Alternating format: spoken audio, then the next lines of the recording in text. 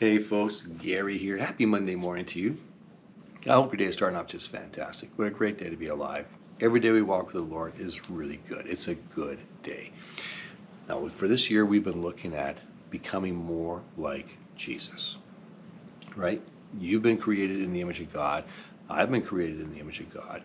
And we read in the New Testament that as we become followers of Jesus, as we give our life to Jesus, then we are being transformed or conformed daily into the likeness of Jesus, where we become more and more like him, right? We represent him more and more and more to the community around us. And so for this morning, I want to look at Acts chapter 9.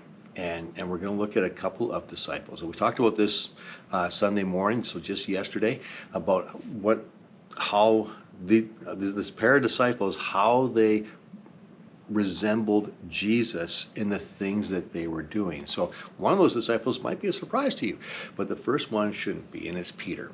Peter the apostle. And so Peter is traveling around doing the Great Commission, doing what he's been called to do by Jesus. So let's pick it up in verse 32 to 35. And so here we are. It goes like this. Meanwhile, Peter traveled from place to place, and he came down to visit the believers in the town of Lydia.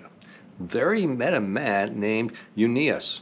So you might notice from Sunday morning, I pronounced it totally different today. I'm sorry for the pronunciation yesterday. I'm sorry to Eunice. And there you go. If you want to know how I pronounced it, listen to the podcast from yesterday. So Eunice, who had been paralyzed and bedridden for 8 years. Peter said to him, Eunice, Jesus Christ heals you. Get up and roll up your sleeping mat. And he was healed instantly. Then the whole population of Lydia and Sharon saw Eunice walking around, and they turned to the Lord. So that is pretty cool. Like that guy was paralyzed, now he's not. Wow, that is an awesome, awesome miracle. That's incredible. You know what? I know that God heals. I know God healed then. I know God heals now. How do I know that? Because I've experienced God's healing in my own life, where not something that's kind of, circumstantial. It's kind of, oh, maybe he did, maybe didn't. I don't know. No, something that is, no, that was God. It had to be. There's no other explanation. I'm sure you've experienced that in your life. Maybe you haven't, but I hope that you would someday. I really do. Not that some hard thing would come your way. I don't want that for you, but I want you to experience a miracle of Christ. And for me, when my shoulder was dislocated, obviously that had to be a supernatural thing, what took place after the dislocation. But I've seen that in Mara's life, and I've seen that in my daughter's life, where God has done something that it can't, there's no other possible explanation. That's a supernatural healing. So that is cool.